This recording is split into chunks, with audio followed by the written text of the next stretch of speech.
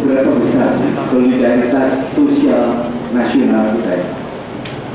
Kebetulan saya orang Jogja dan kemarin kena gempa. Itu kena gempa. Itu sore hari saya sudah pergi ke Jogja hari Sabtu itu. Kemudian kita bantu semua saudara-saudara di Jogja dan ternyata malam itu juga itu pulang sudah.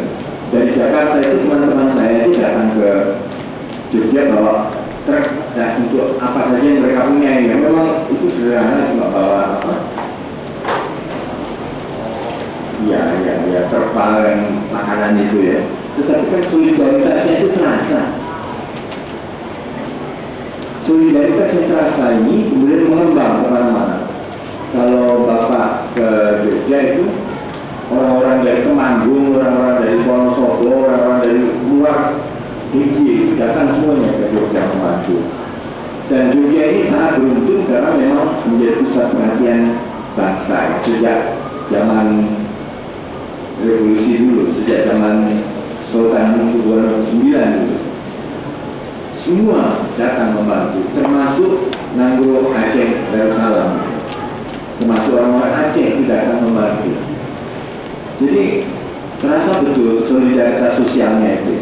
Tetapi sekarang dipertanyakan kok solidaritas sosial di Sidoarjo nggak kuat. Apakah ini bukan akibat dari desentralisasi?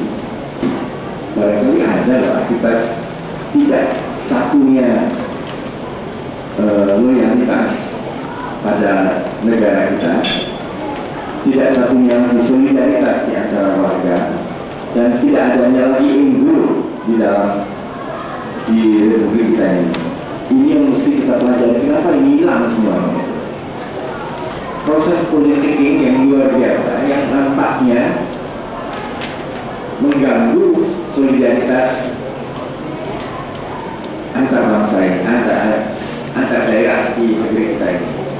Apakah pengembangan otonomi daerah ini baik untuk solidaritas nasional kita, untuk loyalitas nasional kita, untuk kemudian disiplin nasional kita?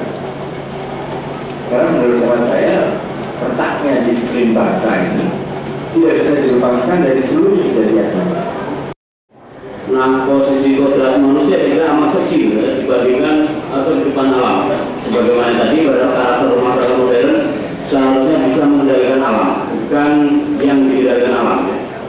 Nah, sebagai pengelola dari seluruh orang tadi itu, pemerintah, saya tidak akan masuk sebagai lembaga dan meminta mewakili kepentingan warga negara yang tampaknya lumpuh, ya. Malah difungsi peran dan mestinya itu dilakukan. Lalu yang penting juga dalam arti umum, negara menurut saya telah gagal ya dalam menjalankan fungsi dan perannya, karena tampak sekali bagaimana pemerintah sekedar sambal sulam dalam menangani persoalan ini.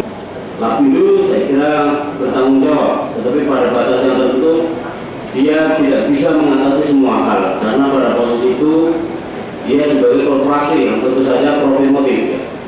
Nah, belum saya kira terlihat juga ada aturan payung nasional yang dapat dijadikan pedoman buat semua kalangan antar sektor dan lembaga saling tidak sinkron, koordinasi tidak terjalin dan tampaknya itu secara nyata. Nah, lagi-lagi saya ingin katakan bahwa fokus penanganan itu semata-mata pada tanggap darurat dan jangka pendek. Di profil tingkat, di rumah selesai, lalu kemudian peruntas selesai, kemudian pindah, terus itu saja. Itu yang membuat kita jadi berpikiran jauh. Negara kita telah gagal dalam menjalankan misinya, ia bahkan lumpuh atau tak berdaya dalam menghadapi tragedi lumpur ini. Negara adalah lembaga yang kedudukannya sebenarnya di atas rakyat, ya, yang memegang peranan yang mutlak dan menentukan apa yang baik dan seharusnya dilakukan oleh negara demi kepada rakyatnya.